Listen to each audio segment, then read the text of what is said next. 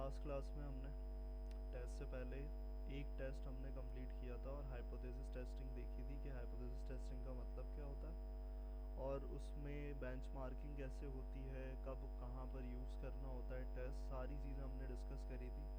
अब उसके आगे हम जो लास्ट स्लाइड पे थे उसमें हम देख लेते हैं कि हमारे पास नेक्स्ट जो है वो कौन सा टेस्ट है।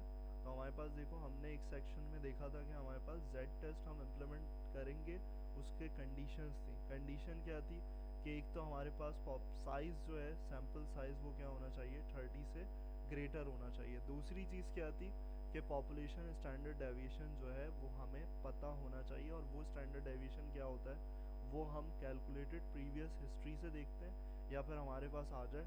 तो वो चीज़ अगर होगी तो मैं जेड टेस्ट पे जाऊँगा। सही। अगर ये केस नहीं होता, मेरे पास यहाँ पर पॉपुलेशन स्टैंडर्ड डेविएशन अननोन है और मेरा काम यही है, जो मैंने जेड टेस्ट में अप्लाई किया था वही प्रेडिक्ट वहाँ पर भी करना है। लेकिन अब मेरे पास क्या है, स्टैंडर्ड डेविएशन पॉपुलेशन का नहीं है। पॉपुलेशन का मतलब ये नहीं है कि पॉपुलेशन में जाकर स्टैंडर्ड डेविएशन लिया, जो प्रीवियस है, हिस्टोरिकल डेटा है, कहीं से भी रिसोर्सेज से हमारे पास आ रहा है, वो नहीं है पॉसिबल। हो सकता है। तो यहाँ पर हमारे पास पॉसिबिलिटी ये है कि अगर हम नॉर्मेलिटी अज्यूम करते हुए टेस्ट इम्प्लीमेंट कर रहे हैं तो ज़्यादा मोस्ट केसेस जो होंगे वो टी टेस्ट ही अप्लाई हो रहा होगा, क्योंकि बहुत कम केसेस होंगे जहाँ पर हमारे पास स्टैंडर्ड डेविएशन मिल पाए हमें। तो वो चीज़ हमारा क्या होगा, हमारा रेयर केस होगा। तो अब यहाँ क्या है, यहाँ पर देखो ये चीज़ लिखी हुई है, small n is less than equal to 30। लेकिन आगे एक और चीज़ लिखी हुई है कि भाई हमारे पास क्या हो सकता है, लार्ज भी हो सकता है। मतलब इसमें टी टेस्ट में ये रिस्ट्रिक्ट नहीं करना कि हमारे पास लेस देन लिखा हुआ तो और इक्वल टू लिखा हुआ तो हम सिर्फ क्या करें, टी टेस्ट में सिर्फ सैंपल कम ही रखें। ज़्यादा आ गए तो क्या करेंगे, अगर ज़्यादा ऐसा हुआ कि 30 से ज़्यादा है और हमारे पास अननोन है स्टैंडर्ड डेविएशन, तो मैं क्या छोड़ दूंगा, मैं टी टेस्ट इस्तेमाल नहीं करूँगा। टी टेस्ट वहाँ पर भी इस्तेमाल किया है। यानी कि अगर अपनी एग्जाम्पल को रख के हम स्टैंडर्ड डेविएशन को हटा दें तो पूरा T test same as it is उसी एग्जाम्पल पे अप्लाई हो सकता है जो हमने लास्ट जेड टेस्ट में डिस्कस करी थी। वही एजम्पशन, वही थ्योरी, उसी को करना है हमने वैलिडेट। तो हमने डिसीजन मेकिंग करनी है with the help of T test. सही।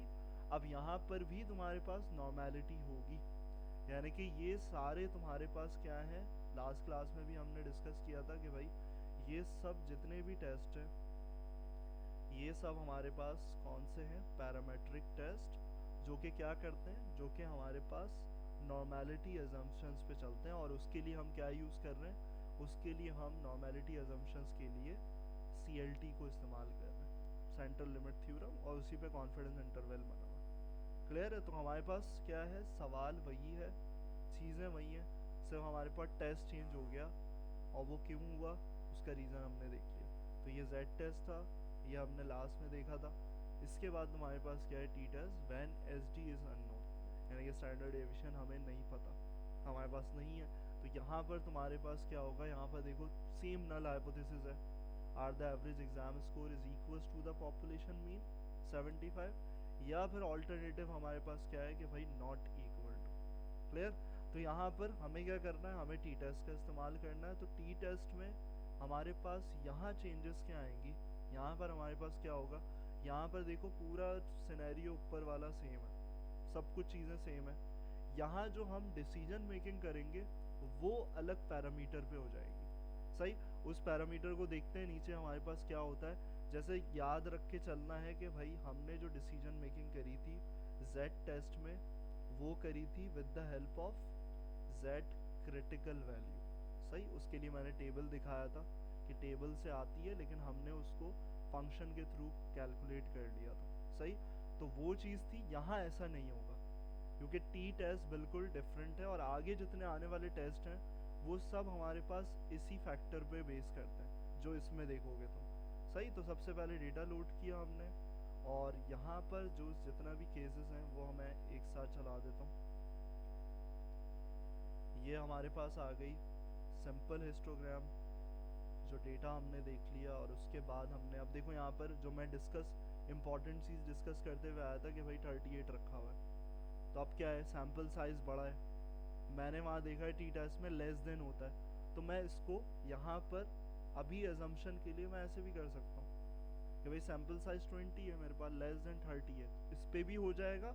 लेकिन अगर रियल प्रैक्टिकल एग्जांपल्स में देखें, अगर तुम्हारे पास कोई लेकर आ गया 38, तो तुम ये नहीं करोगे कि तुमने 18 निकाल दिया, मैं बोलूँ लेस देन रखूँ या इक्वल टू रखूँ, ऐसा नहीं है। लार्ज जितना ज़्यादा होगा, हमने एक चीज़ डिस्कस करी थी कि ग्रेटर देन 30 इसलिए रखा है कि नॉर्मेलिटी को अज्यूम करने में आसानी हो, तो वो स्टैटिशियन ने फिक्स रखा हुआ है। तो अब ग्रेटर है तो अच्छी बात है, सही, लेकिन पॉपुलेशन स्टैंडर्ड डेविएशन नहीं है अभी भी, सही, तो उसीलिए टी टेस्ट पे जा रहे हो। क्लियर? तो यहाँ पर हमारे पास हमने क्या किया, वही सारी चीज़ें CLT हमने बनाना है। तो ये हमने पूरा बनाया CLT, इससे हमारे पास आ गया CLT कॉन्फिडेंस इंटरवल, और यहाँ पर हम क्या कर लेंगे, एक सैम्पल डेटा इसको कैलकुलेट करके ले लेंगे कि भाई सैम्पल डेटा हमारा, क्योंकि हमने ये चीज़ देखी थी कि भाई एक सैम्पल पे टेस्ट किया जाता है, मल्टीपल सैम्पल्स CLT बनाने के लिए, नॉर्मेलिटी अजम्पशंस के लिए, उसमें हमें पता चल जाएगा कि हमारा क्या है मीन, कहाँ कॉन्फिडेंस इंटरवल कंस्ट्रक्ट हो रहा है। लेकिन हम टेस्ट क्या करेंगे, एक ही पे कर सकते हैं, डिसीजन मेकिंग एक पे की जाती है। और यहाँ सबसे इम्पॉर्टेंट चीज़ जो हमने देखी थी कि यहाँ पर तुम्हारे पास सबसे लास्ट वाला जो है वो क्या लिखा हुआ है, expected standard error. Standard error वहाँ पर क्या था, वहाँ था sigma upon under root N, और यहाँ पर तुम्हारे पास क्या है, S upon under root N, सही। तो उसको कुछ इस तरीके से कि भाई याद रखना है। तो हमारे पास ये था कब, जब हम क्या कर रहे थे, जब हम पॉपुलेशन जेड टेस्ट पे काम कर रहे थे, तो स्टैंडर्ड एरर इस तरीके से निकलता है। उसमें मैंने इंडिकेशन भी दी थी कि कहाँ पर हमारे पास आ रहा था क्रिटिकल वैल्यू में। और टी टेस्ट में हमारे पास क्या होगा, टी टेस्ट में यही रिप्रेजेंटेशन ये हो जाएगी, स्मॉल एस। तो स्मॉल एस रिप्रेजेंट किसको कर रहा है, सैम्पल स्टैंडर्ड डेविएशन, सही, सैम्पल डेटा का स्टैंड, क्योंकि पॉपुलेशन क्या है, अननोन, हमारे पास स्टैंडर्ड डेविएशन नहीं है। स्टैंडर्ड डेविएशन जब है ही नहीं, तो हमारे पास फिर यहाँ पर भी नहीं आएगा स्टैंडर्ड एरर। हम कैलकुलेट स्टैंडर्ड डेविएशन क्या रखना पड़ेगा हमें, सैम्पल डेटा का। अब मींस ये कहा था मैंने, ये चीज़ कुछ नहीं है, फ़ायदा इसका ये है, एक्सपेक्टेड स्टैंडर्ड एरर ये कैलकुलेट करना होगा, तो कम से कम होना चाहिए स्टैंडर्ड एरर, तो तुम्हारे पास वही बेस्ट प्रैक्टिस, सही। तो यहाँ पर हमारे पास कम नज़र आ रहा है हमें 0.5, यानी कि 1 2 3 ऐसा नहीं है, 4 पे जा रहा है, 5 पे जा रहा है, तो स्टैंडर्ड एरर कम होना चाहिए। और देन तुम्हारे पास कॉन्फिडेंस इंटरवल कंस्ट्रक्ट होगा, और उसके बाद तुम्हारा मेन जो है वो आ जाएगा तुम्हारा टी टेस्ट। तो टी टेस्ट में हमारे पास क्या है, वही सवाल है, और हाइपोथेसाइज मीन क्या करते हैं, जो हमारी अजम्पशन होती है, जो हमारी अजम्पशन लेके चल रहे हैं, वही यहाँ पर क्या होगा कि हम अज्यूम कर रहे हैं कि भाई 75 होगा, तो वो 75 होना हम यहाँ पे डिफाइन कर रहे हैं। और देन टी टेस्ट में क्या करना है, देखो सिर्फ सिंपल सा है काम, जेड टेस्ट के मुकाबले में टी टेस्ट को समझना बहुत आसान है। सैम्पल डेटा दे दिया उसको, इस पे करो टेस्ट, और एम यू यानी कि म्यू जो मैं बनाता हूँ यहाँ पर, वही है ये population mean represented by mu. तो उसको कैसे है, यहाँ पर प्रैक्टिकल अप्रोच में उसको ऐसे डिफाइन किया हुआ है टी टेस्ट में, mu is equals to population mean, यानी कि mu is equals to 75। Clear? तो यहाँ पर टी टेस्ट को अप्लाई करना है। अब वो चीज़ आ जाएगी जो ऊपर मैं बोलते हुए आया था कि यहाँ फैक्टर चेंज होगा, नल हाइपोथेसिस को रिजेक्ट करना है या फेल टू रिजेक्ट करना है, सही, यानी कि एक्सेप्टेंस करनी है। तो यहाँ रिजल्ट हमारे पास कुछ डिफरेंट है, तो वो रिजल्ट हमारे पास क्या है कि हम यहाँ पर प्रिंट करवा लेंगे इसको कि हमारे पास क्या आ रहा है। देखो अब ये जो रिटर्न कर रहा है ना, ये कुछ अलग तरीके से रिटर्न कर रहा है। देखो ये जो है तुम्हारे पास, ये वैसे ही वैल्यू आ रही है, t इज इक्वल्स टू -15.712। ये क्या थी, ये हमारे पास जेड टेस्ट में भी आ रही थी, जो हमने जेड स्कोर टेस्ट निकाला था फॉर्मूले के थ्रू, सही। तो t का काम क्या है, t में सिर्फ चेंज क्या होगा, t में वही रहेगा, यहाँ पर तुम्हारे पास x bar minus S divided by S upon under root N, यानी कि सब जगह तुम्हारे पास यहाँ पर ये चीज़ आ जाएगी। अच्छा यहाँ एस नहीं आएगा, यहाँ पर आएगा म्यू। तो यहाँ सिर्फ चेंज क्या आया, चेंज यहाँ पर तुम्हारा ये आया बस, वहाँ सिग्मा था, यहाँ एस है, सही, और वो खुद कैलकुलेट करके दे रहा है, ये अच्छी चीज़ है। तो यहाँ पर हमें ये चीज़ कैलकुलेट करने की ज़रूरत नहीं है। -15 है। डिग्री ऑफ फ्रीडम क्या होता है? डिग्री ऑफ फ्रीडम होता है n-1। देखो 37 है, ये सैम्पल साइजेस में से -1 करके डिग्री ऑफ फ्रीडम कहा जाता है। DF stands for degree of freedom. तो डिग्री ऑफ फ्रीडम का कोई काम नहीं है सच टी टेस्ट में रिजेक्ट करना, ये सब सिर्फ वो क्या है n-1 होगा। वो एनोवा में जब आएगा वहाँ डिस्कस करेंगे। तो यहाँ सिर्फ क्या है, जो भी सैंपल रखोगे ना तुम्हारा डिग्री ऑफ फ्रीडम एक कम आएगा। 38 है, n-1 होगा, स्मॉल n-1। 20 रखोगे 19 आएगा। सही। असल जो मेन फैक्टर है वो ये है, जिस पे तुम क्या करोगे, जिस पे तुम रिजेक्ट करोगे आया के नल हाइपोथेसिस को या एक्सेप्ट करोगे, वो चीज़ तुम्हारे पास। सही। तो वो क्या है, पी वैल्यू। और पी वैल्यू का मतलब क्या है, प्रोबेबिलिटी वैल्यू। ये जो पी वैल्यू तुम्हें नज़र आ रही है और आगे जितने भी टेस्ट हैं तुम्हें यही फैक्टर नज़र आएगा। सही, कि तुम जिस पे डिसीजन मेकिंग कर रहे हो, तो ये प्रोबेबिलिटी वैल्यू है। और प्रोबेबिलिटी वैल्यू तुम्हारे पास कोई आएगी, उसको चेक करना है कि आया कि मैं रिजेक्ट करूं या फिर एक्सेप्ट करूं। अब ये प्रोबेबिलिटी वैल्यू क्या होती है, ये प्रोबेबिलिटी वैल्यू तुम्हारे पास होती है कुछ ये, यानी कि एविडेंस शो करती है कि भाई स्ट्रॉन्ग एविडेंस है अगेंस्ट द नल हाइपोथेसिस या फिर वीक एविडेंस है अगेंस्ट द नल हाइपोथेसिस। तो ये दो ही डिसीजंस होंगे तुम्हारे पास कि क्या है, कि भाई अगर पी वैल्यू आ रही है तो वो स्ट्रॉन्ग एविडेंस शो कर रहा है कि मैं रिजेक्ट करूं उसको, या फिर वीक एविडेंस शो कर रहा है कि मैं फेल टू रिजेक्ट करूं। तो वो कैसे करूंगा, वो करूंगा मैं यहाँ पर अल्फा की मदद से, यानी कि मैं अपने थ्रेशोल्ड का इस्तेमाल करूंगा और वो बताएगा मुझे कि मुझे रिजेक्ट करना चाहिए या एक्सेप्ट करना चाहिए। सही। अब यहाँ एक सवाल होता है कि भाई थ्रेशोल्ड तो हमारे पास, हमने टेस्ट अप्लाई किया तो हमें तो थ्रेशोल्ड नज़र ही नहीं आया। हमने जब टी टेस्ट बनाया तो यहाँ तो ये ऑटोमेटिकली सारी चीज़ें दे रहा है, तो यहाँ क्या है, यहाँ पर तो कुछ आ ही नहीं रहा कि यहाँ कौन सा थ्रेशोल्ड होगा। 0.01 होगा, 0.05 होगा, या फिर 0.001 होगा, या दूसरा कौन सा है जो मैं भूल रहा हूँ। तो यहाँ कौन सा होगा हमारे पास, अल्फ़ा। तो ये चीज़ क्या है, ये चीज़ याद रखो कि यहाँ पर अगर कुछ नहीं आ रहा तो मैंने जर्नली बोला था कि 95% होता है। यहाँ पर कॉन्फिडेंस लेवल क्या है, 0.95, यानी कि अगर कुछ नहीं लिख रहे तो यहाँ पर तुम्हारे पास ऑटोमेटिकली क्या आ रहा है, यहाँ पर आ रहा है 0.95। सही, यानी कि 95% पे। तो 95% पे जब आ रहा है तो 95% पे आने का मतलब है मैं क्या थ्रेशोल्ड यूज़ करूँगा, मैं थ्रेशोल्ड यूज़ करूँगा 0.05। क्लियर है। 95% है इसलिए मैं ये यूज़ करूँगा। तो इस पे अगर क्या होता है डिसीजन मेकिंग होगी तो कैसे होगी, वो होगी तुम्हारे पास फैक्टर को यूज़ करते हुए इस तरीके से कि यहाँ डिफ़ॉल्ट था 95%, तो मैंने क्या यूज़ किया, मैंने अपने थ्रेशोल्ड को यूज़ किया। तो अब वो एविडेंस देगा कि भाई मेरे पास आया कि मुझे रिजेक्ट करना चाहिए या एक्सेप्ट करना चाहिए। तो यहाँ पर देखो क्या कर रहे हो, टी टेस्ट रिजल्ट है हमारे पास और $p.value, यानी कि टी टेस्ट रिजल्ट हमें कुछ चीज़ें दे रहा है, वो चीज़ हमें एक्सट्रैक्ट करनी है। तो हमारे पास कुछ इस तरीके से आएगा। देखो डिफरेंट पैरामीटर्स हैं, उसमें हमें क्या यूज़ करना है, हमें पी वैल्यू लेनी है, यानी कि प्रोबेबिलिटी वैल्यू। सही। और प्रोबेबिलिटी हमेशा जो है वो क्या होती है, 0 और 1 के दरमियान में होती है हमेशा। कभी भी तुम्हारे पास प्रोबेबिलिटी क्या 1 से ऊपर नहीं हो सकती कि मैं बोलूँगा मेरी प्रोबेबिलिटी क्या आ रही है 1.17, ऐसा कभी भी हो ही नहीं सकता। सही। तो प्रोबेबिलिटी हमेशा 0 से 1 के दरमियान में आती है, इसलिए हम अपने थ्रेशोल्ड का इस्तेमाल करके यहाँ पर इसको ले सकते हैं। अगर मैंने 99 कॉन्फिडेंस लेवल पे किया तो मुझे 0.05 पे चेक नहीं करना होगा, मुझे क्या करना होगा, मुझे करना पड़ेगा 0.0।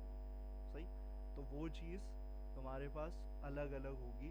तो यहाँ क्या होगा, यहाँ पर अगर तुम चेक करोगे तो तुम्हारे पास ये तुम्हें बता देगा फैक्टर कि मेरे पास फेल टू रिजेक्ट हो रहा है या फिर तुम्हारे पास रिजेक्ट हो रहा है। तो यहाँ पर क्या है, the average exam score mean is not equal to 75 और हमने कॉन्फिडेंस इंटरवल कंस्ट्रक्ट किया हुआ है, CLT बनाया हुआ है, उसमें यही चीज़ डिस्क्राइब हो रही थी। सही, तो ये सही है। जेड टेस्ट में भी यही केस हो रहा था, हमारे पास टी टेस्ट में भी यही हो रहा है, वेरीफाइड हो रहा है, डिसीजन मेकिंग हो रही है। और क्या कर सकते हो यहाँ, कॉन्फिडेंस लेवल अपनी मर्जी का कर सकते हो। डिफ़ॉल्ट क्या था, 95 था। अगर तुम्हें डालना है तो तुम्हें क्या करना होगा, एक और पैरामीटर ऐड करना होगा, कॉन्फिडेंस डॉट लेवल। तो वही जो अभी मैं समझा रहा था वही कहानी है कि अब अगर चेक करोगे तो फिर तुमने अपना कॉन्फिडेंस लेवल इंक्रीज कर दिया, 95% से 99 कर दिया, तो तुम्हारा थ्रेशोल्ड भी क्या हो गया, कम। तो प्रोबेबिलिटी वैल्यू को फिर इस पे टेस्ट करोगे कि यहाँ भी हो रही है या नहीं। और तो अगर देखो यहाँ पर तो तुम्हारी जो प्रोबेबिलिटी वैल्यू आ रही है वो 2.2 एक्सपोनेंशियल -16, यानी ये कुछ ऐसे है, ये यहाँ पे समझ में नहीं आएगी, ये यहाँ कुछ ऐसे लिखी हुई जो मैथ में लिखते हो, मल्टीप्लाई बाय 10 -6, यानी इसका मतलब है ये 0.60 लगा दो तुम, तो ये वो वैल्यू बन रही है। तो ये बहुत क्या है, ये 0.01 से भी छोटी होगी, तो यहाँ पर भी रिजेक्ट ही होना है नल हाइपोथेसिस। क्लियर है बात। तो यहाँ पर इन केस हो सकता है कहीं पर हमारे पास मैच हो जाए, तो वो डिपेंड करता है केसेस पे कि तुम किस तरीके से करते हो। हमें सिर्फ क्या करना है, हमें टी टेस्ट में ये फैक्टर को देखना है कि भाई क्या एविडेंस मिल रहा है, या वीक एविडेंस है या स्ट्रॉन्ग एविडेंस है। क्लियर है, तो इसको इम्प्लीमेंट कर लो। जेड टेस्ट वाली चीज़ों को ही कॉपी करके उसी को यूज़ करके इसको आगे कंटिन्यू कर लो। टी टेस्ट यहीं से चेंज करना है तुम्हें।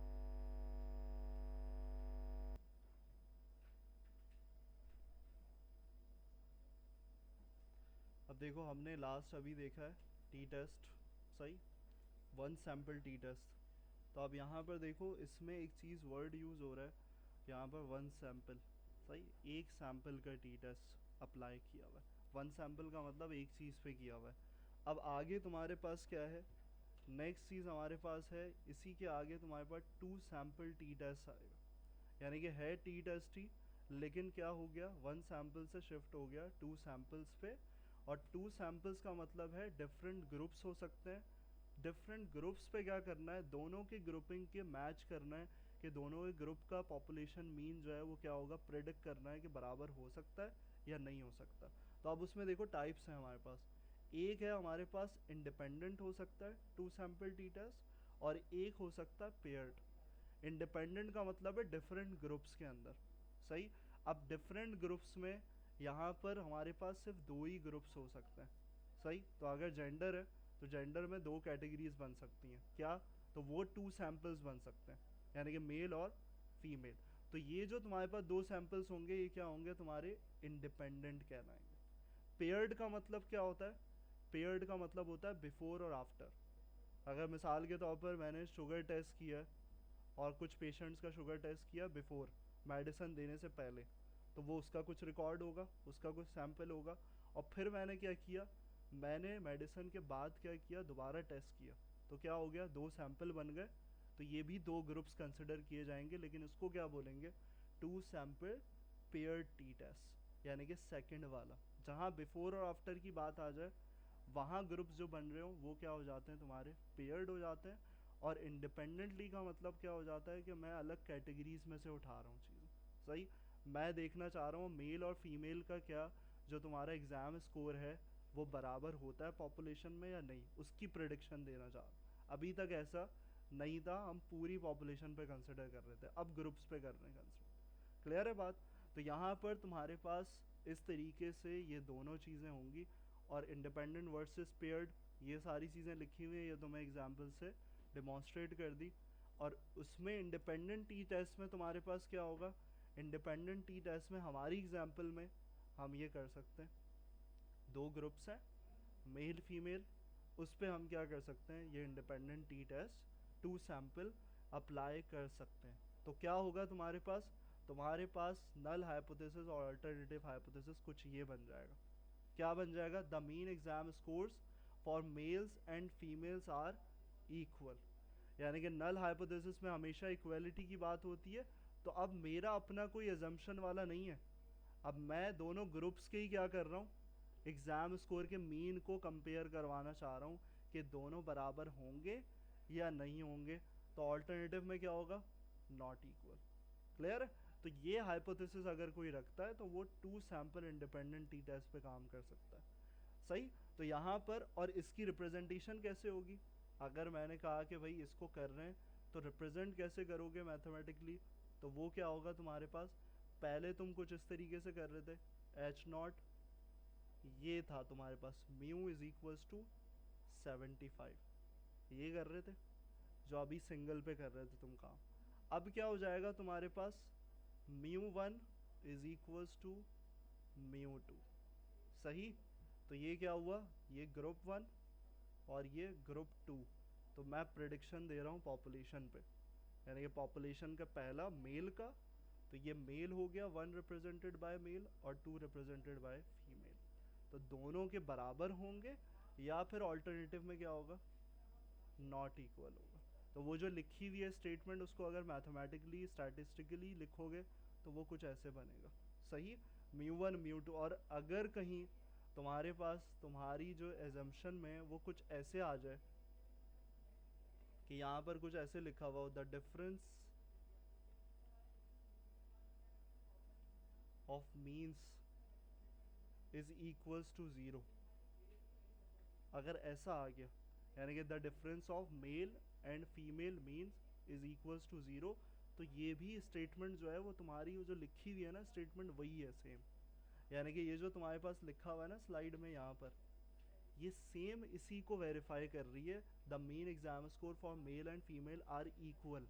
ये जो लिखा हुआ है यही चीज़ तुम्हारे पास, ये जो मैंने लिखी है स्टेटमेंट ये सेम है। कैसे है सेम, कि अगर यहाँ इसको इक्वेट ऐसे करें कि मैं म्यू टू को कहाँ लेकर आ जाऊँ, यहाँ पर लेकर आ जाऊँ, तो क्या बन जाएगा, ये mu one minus mu two is equals to zero.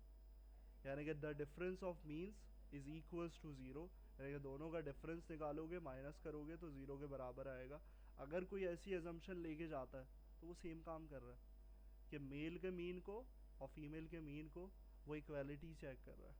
Clear है? तो ज़ीरो अगर आ गया इसका मतलब है भाई इक्वल है। क्लियर? तो ये लिखने का तरीका अलग अलग है, तो वो यहाँ पर ऐसे भी हो सकता है और इस तरीके से भी हो सकता है। क्लियर है बात भाई? तो यहाँ पर हमें कुछ ऐसे चलना है। अब यहाँ तुम्हारे पास एक चीज़ तुम्हारे जहन में आएगी कि भाई हमें कौन सी सैम्पलिंग इस केस में अप्लाई करनी चाहिए, बताओ मुझे। हमने इतनी सारी सैम्पलिंग टेक्निक्स पढ़ी हैं, तला बताओ हमें कौन सी सैम्पलिंग यहाँ पर अप्लाई करनी चाहिए। हमने चार पढ़ी थी ना, कन्वीनियंस सैम्पलिंग थी, सिस्टमेटिक थी, कौन सी करनी चाहिए?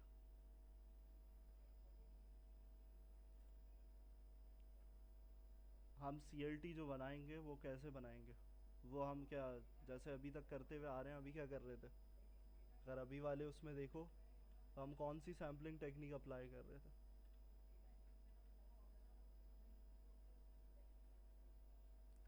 कौन सी अप्लाई कर रहे थे हमजा?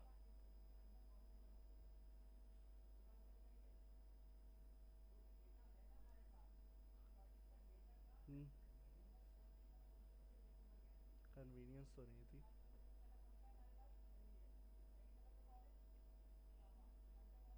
बाकी वही बताओ कौन सी थी ये वाली? रैंडम सैम्पलिंग थी। सही। अब तुम्हारे पास जो टू सैम्पल टी टेस्ट है उसमें दो ग्रुप्स का जिक्र हुआ है, मेल फीमेल। तो अब मैं सैम्पलिंग ये वाली करूँगा तो वो ज़्यादा बेस्ट अप्रोच रहेगी, या दूसरी जो बची हैं बाकी उसमें से कोई करूँ, कौन सी करूँगा? स्ट्रैटिफाइड सैम्पलिंग, ये एमसीक्यूज़ में भी सवाल था। स्ट्रैटिफाइड सैम्पलिंग जो है वो ग्रुप को रिप्रेजेंट करती है, तो मैं सैम्पलिंग टेक्निक भी अप्लाई कौन सी करूँगा बेस्ट अप्रोच के लिए? Stratified sampling. क्लियर है बात? तो यहाँ पर तुम्हारे पास इसको देखते हैं कि हमारे एग्जाम्पल में किस तरीके से ये करना है काम, हमारे पास ये कैसे होगा इंडिपेंडेंट।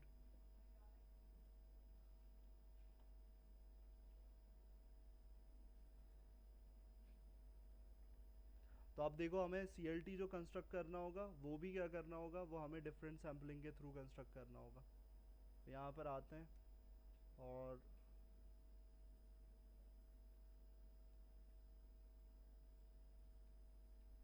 इसमें देखो तुम्हारे पास क्या होगा, तुम्हारे पास यहाँ पर जब डेटा कंस्ट्रक्ट करने जाओगे, डेटा को लेने जाओगे, तो डेटा लोड किया यहाँ तक के स्टेप तो तुम्हारे पास सारे वही हैं, सही। इधर तक तुम्हारे पास कोई नई चीज़ नहीं है, वो जो भी चीज़ें पुरानी पढ़ते हुए आ रहे हो ये सब वही चल रहा है टेस्ट में, सब कुछ वही है। आगे तुम्हारे पास क्या है, जब सैम्पलिंग करने जाओगे तो अब सैम्पलिंग तुम्हारे पास डिफरेंट होगी, यानी कि अब जो तुम सेंट्रल लिमिट थ्योरम बनाओगे वो अलग होगा। क्यों अलग होगा? क्योंकि अभी डिस्कस करके आए हो कि टू सैम्पल टी टेस्ट है, तो वहाँ सैम्पल्स दो ग्रुप से लेने, क्लियर। तो दो ग्रुप्स की रिप्रेजेंटेशन होनी चाहिए, तो वो कैसे होती है? वो होती है तुम्हारे पास with the help of stratified sampling, clear है। तो यहाँ पर हमें क्या निकालने, हमें यहाँ पर मीन्स निकालने। तो मीन्स निकालने के लिए हमने ये डिस्कस किया था स्ट्रैटिफाइड सैम्पलिंग्स में कि हम कंडीशन वाइज क्या करते हैं, स्ट्रैटिफाइड सैम्पलिंग करते हैं। और उसके लिए क्या यूज़ करते हैं, उसके लिए हमारे पास लाइब्रेरी होती है टी प्लेयर DPLYR, सही। इसको इंस्टॉल किया था हमने पहले भी, तो उसी को यूज़ करना है। और ये क्या है, पाइपलाइनिंग होती है, यानी कि एक कंडीशन से डेटा आगे पास होता रहे। यानी कि पहले डेटा सेट से उठाया डेटा, फिर उसके बाद हमने क्या किया, ग्रुप बाय किया जेंडर में, जो भी जिस पे भी जिसके बिहाफ पे भी कर रहे हो वो यहाँ आएगा। जो भी कॉलम है जेंडर है, तुम्हारे पास दूसरा दो ग्रुप वाला कॉलम है उस पे करोगे। और देन तुम्हारे पास आगे जो आ रहा है वो क्या है, वो कुछ तुम्हें मिलता जुलता नजर आएगा। वो बिल्कुल सिंपल रैंडम सैम्पलिंग वाला होगा, यानी कि हमें रेप्लिकेट करना है कितना, हमने रेप्लिकेट करना है इतने सैंपल्स। नंबर ऑफ सैंपल्स 1000 है और 20 हमारे पास सैंपल साइज है, सही। अब वो 38 रखो 30 रखो, वो साइज निकालना है। तो उसके लिए तुम क्या कर रहे हो, तुम यहाँ पर मीन्स को इकट्ठा कर रहे हो, क्योंकि CLT क्या चाहता है, CLT को चाहिए होता है मीन्स। CLT मीन्स पे प्लॉट होता है, तो इतने मीन्स हमारे पास कैलकुलेट होकर आएंगे। और उसको भी क्या कर रहे हो, उसको तुम लिस्ट बनाकर यहाँ स्टोर कर रहे हो। अब सिंपल रैंडम सैम्पलिंग में वो अलग था पैटर्न, वहाँ पर तुम्हारे पास आसानी से हो रहा था।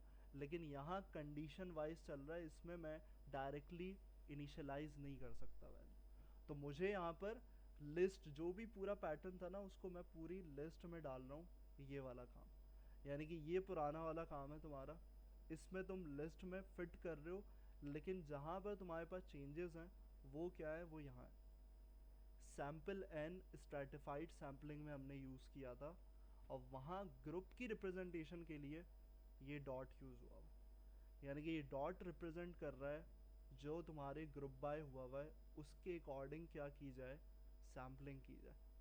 क्लियर है बात? तो डॉट क्या रिप्रेजेंट कर रहा है, डॉट कर रहा है ग्रुप को, यानी कि जेंडर मेल और फीमेल, क्लियर। तो उसके हिसाब से क्या करेगा, ये तुम्हारी सैम्पलिंग करेगा स्ट्रैटिफाइड से, क्लियर है।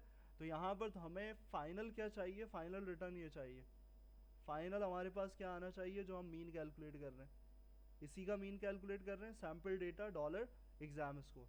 यानी कि अब वहाँ से यहाँ डिफरेंस क्या है, यहाँ पर फोकस हो रहा है मेल और फीमेल की बराबरी पे, स्ट्रैटिफाइड। यानी कि तुम्हारे पास दोनों ग्रुप्स में से सेम प्रायोरिटाइज करके रैंडम सैंपल निकाला जाएगा, सैम्पलिंग होगी तुम्हारी। और देन अब ये जो सिंप्लीफाई है ट्रू, ये डिफ़ॉल्ट तुम्हारे पास क्या होता है, ट्रू ही होता है। अगर इसको लिखो या ना लिखो, इसका मतलब क्या होता है कि तुम्हारे पास जो लिस्ट आएगी रिटर्न होगी वो वेक्टर में। ये पहले भी डिस्कस कर चुके हैं हम सिंपल रैंडम सैम्पलिंग में, कि आउटपुट जो होता है वो तुम्हारा किस में होता है सारा, वो आउटपुट तुम्हारा होता है फाइनल वेक्टर का, यानी कि डेटा फ्रेम में नहीं होता। ये पिछले भी उसमें कर रहे थे, वेक्टर ही लिस्ट आ रही थी और उसको हिस्ट में तुम क्या कर रहे थे, प्लॉट कर रहे थे, क्लियर। और लास्ट में तुम्हारे पास सबसे लास्ट जो तुम्हारे पास फंक्शन यूज़ हो रहा है, सब में आगे पाइपलाइनिंग यूज़ हो रही है। और लास्ट में तुम क्या कर रहे हो, फाइनली जो तुम्हारे पास अननेस्ट है वो तुम्हारे पास बूट स्ट्रैप जो मीन्स हैं, जितने भी मीन्स आए इकट्ठा होके वो तुम क्या करो, रिटर्न करवाओ उसको स्ट्रैटा सैंपल्स में, यानी कि यहाँ इसके अंदर तुम्हारे पास फाइनल जितने भी तुम्हारे मीन्स आ रहे हैं वो सब क्या होंगे, फाइनली रिटर्न होंगे। अब रिजल्ट तुम्हारे पास क्या होगा कि ग्रुपिंग हो गई, सही। ग्रुप बाय जेंडर के बिहाफ पे तुम्हारा सैंपल, यानी कि अब जो कंस्ट्रक्ट करोगे तुम्हारा जो CLT बनेगा वो बनेगा तुम्हारे पास क्या, यहाँ पर इस तरीके से कि अब जो तुम यहाँ पर कर रहे हो starter samples dollar bootstrap means, यानी कि वो जो तुम्हारे पास लास्ट तुमने अननेस्ट किया था वो तुम्हारे पास क्या होगा, इंडिविजुअल रॉस के बिहाफ पे तुम्हारे पास पूरा रिजल्ट। क्लियर है? तो यहाँ पर तुम्हारे पास इसको पूरा रन करना है और यहाँ पर इसको, तो लाइब्रेरी लोड होनी चाहिए, मैं इसको भी लोड कर लूँ और यहाँ पर तुम्हारे पास सेट डॉट सीड, ये तुम्हारा आ जाएगा सही। और फाइनली तुम्हारे पास हिस जो प्लॉट होगा वो यहाँ आउटपुट इस तरीके से आ जाएगा। देखो कंस्ट्रक्ट हो रहा है वैसे ही हो रहा है सिंपल रैंडम सैम्पलिंग में जैसे हो रहा था, लेकिन अब with the help of stratified sampling. सही, स्ट्रैटिफाइड सैम्पलिंग को यूज़ किया है, उसको ग्रुप बाय, यानी कि अब ये जो तुम्हें मिल रही है नॉर्मेलिटी अजम्पशन, ये कैसी मिल रही है, सारे ग्रुप को देखते हुए, यानी कि जो मेल फीमेल था वो बैलेंस्ड ग्रुपिंग के हिसाब से तुम्हारे पास यहाँ पर आ रहा। क्लियर है भाई? तो यहाँ तक करो इसको, यहाँ ये वाली इम्प्लीमेंटेशन करो इसकी, फिर आगे उस पर जाएंगे कि यहाँ पर आगे टेस्ट अप्लाई किस तरीके से करना।